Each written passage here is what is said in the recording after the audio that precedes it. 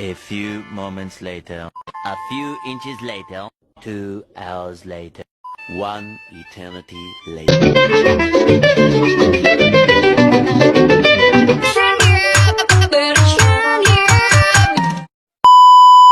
Assalamualaikum warahmatullahi wabarakatuh.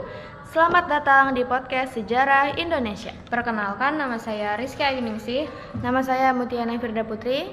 Kali ini kita akan membahas sejarah pergerakan nasional Indonesia, yaitu masa ketika kesadaran kebangsaan mulai tumbuh dan mengarah pada perjuangan kemerdekaan Republik Indonesia.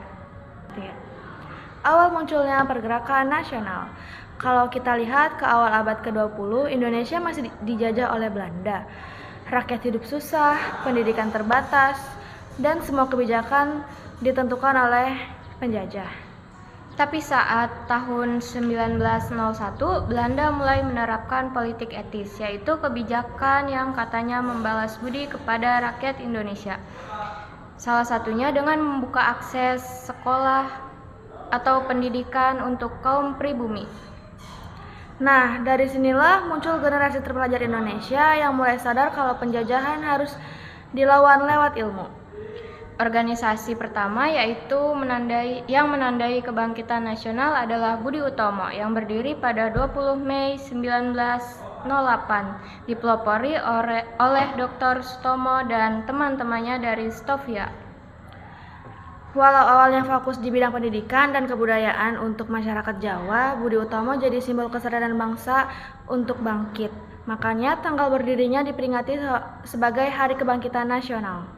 Setelah itu, banyak organisasi lain yang bermunculan seperti Serikat Islam yang berdiri pada tahun 1912 oleh Cokro Aminoto. Awalnya organisasi dagang, tapi akhirnya menjadi gerakan sosial dan politik yang besar banget. Di tahun yang sama ada juga Indi Partij yang didirikan oleh 3 serangkai, Dawes Dekker, Cipta Mangunkusumo, dan Ki Hajar Dewantara. Mereka berani banget waktu itu karena udah ngomong soal kemerdekaan Indonesia secara terbuka. Selain itu, munculnya juga organisasi pendidikan seperti Muhammadiyah dan Taman Siswa yang ikut membangkitkan semangat nasionalisme lewat pendidikan.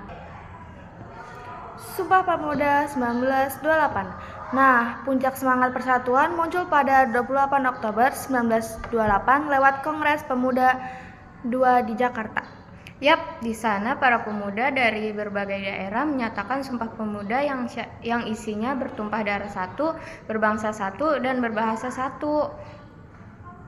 Peristiwa itu penting banget karena dari sinilah identitas Indonesia benar-benar hidup dan diakui bersama. Setelah Sumpah Pemuda, perjuangan semakin berkembang lewat jalur politik. Pada tahun 1927, Soekarno mendirikan Partai Nasional Indonesia atau PNI yang memperjuangkan kemerdekaan secara tegas. Meski banyak tokoh seperti Soekarno-Hatta dan Sachrir ditangkap Belanda, semangat rakyat untuk merdeka nggak pernah padam. Sampai akhirnya perjuangan itu berubah manis pada 17 Agustus 1945.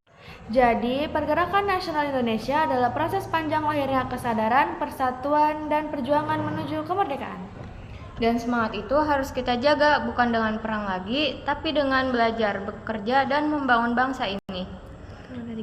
Terima kasih sudah mendengarkan podcast Suara Sejarah Indonesia. Sampai jumpa.